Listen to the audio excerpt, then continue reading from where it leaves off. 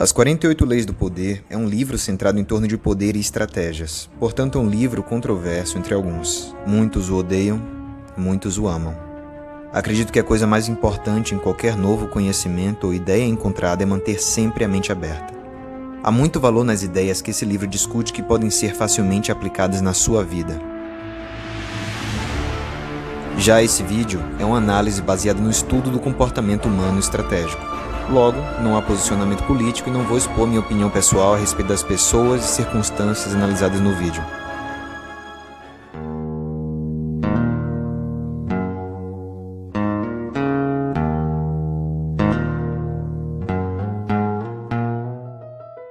O cortesão perfeito prospera no mundo onde tudo gira em torno do poder e da habilidade política.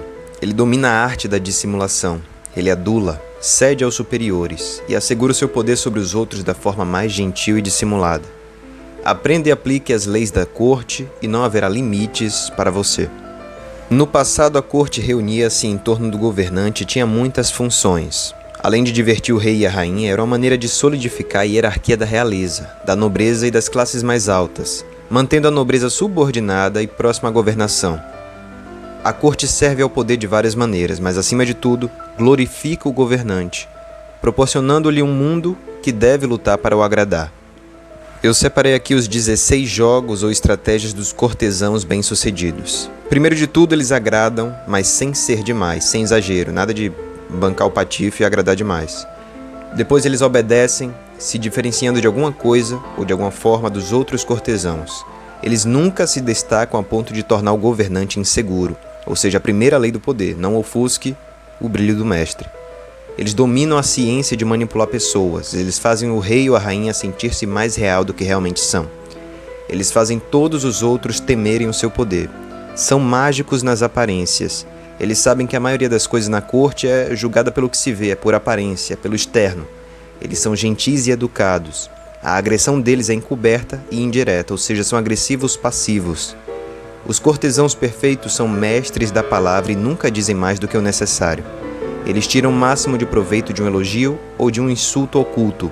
Eles atraem os outros e as pessoas querem estar ao seu redor porque sabem como agradar. Eles não bajulam nem se humilham. Eles são magos na acumulação de influência.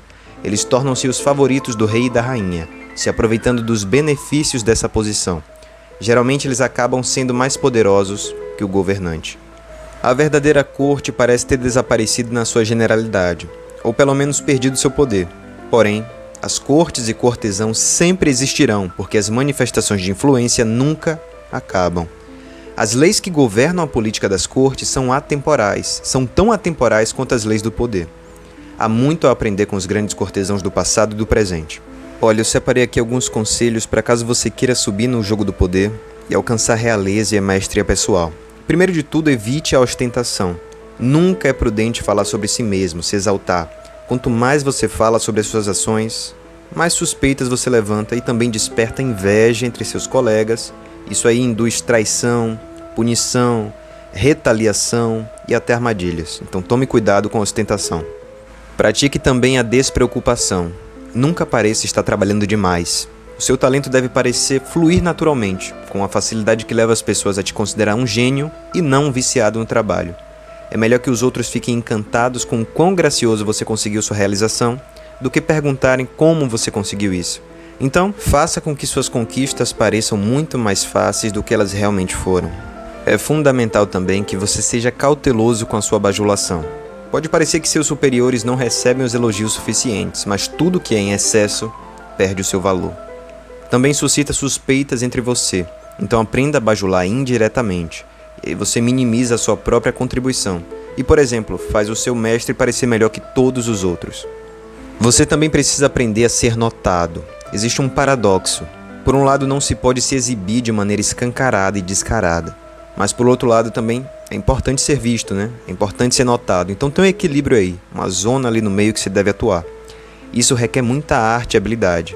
E muitas vezes é uma questão apenas de ser visto mesmo.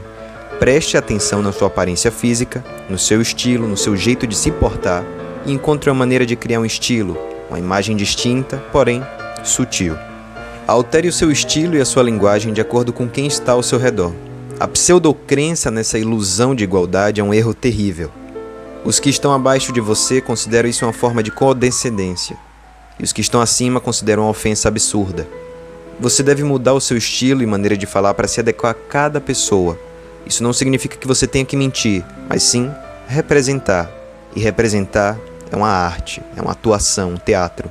Aprenda, portanto, a arte de representar. Nunca seja o portador das más notícias. O rei mata o mensageiro que traz as más notícias. Isso é um clichê, mas na verdade, tem muita verdade nisso. Você deve assegurar-se de que o portador de más notícias recai sobre um colega, e nunca sobre você. Traga apenas as boas notícias para alegrar o seu superior. Nunca transmita amizade e intimidade com o seu superior. O mestre não quer um amigo, mas sim um subordinado. Nunca se aproxime de uma maneira fácil e amigável, ou haja como se estivesse no melhor dos termos. Essa é uma prerrogativa do seu mestre. Se o mesmo optar por lidar consigo a este nível, assuma um tom desconfiado. Caso contrário, se coloque na direção oposta e faça parecer que existe uma distância clara entre você e ele. E para finalizar, aqui vão algumas dicas mais rápidas ainda. Nunca critique diretamente aqueles que estão acima de você. Seja sutil ao pedir favores. Nunca brinque com aparências ou gostos pessoais. Não seja um cortesão cínico. Seja um observador de si mesmo, isto é, tenha autoconhecimento. Domine as suas emoções, controle emocional, ou inteligência emocional se você preferir. Se ajuste ao espírito dos tempos, tenha o timing perfeito de fazer cada coisa. Seja uma fonte de prazer ou seja divertido, não fique aí chorando pelos cantos, nem com uma inclinação depressiva, quase isso. Os cortesãos são como mágicos, eles brincam e enganam com ilusões e truques de mágicas. Bom, se você gostou desse vídeo, deixa o seu like, se inscreve no canal e comenta aqui embaixo para que eu possa continuar produzindo ainda mais conteúdo aqui para o canal. Muitíssimo obrigado a todos e até breve.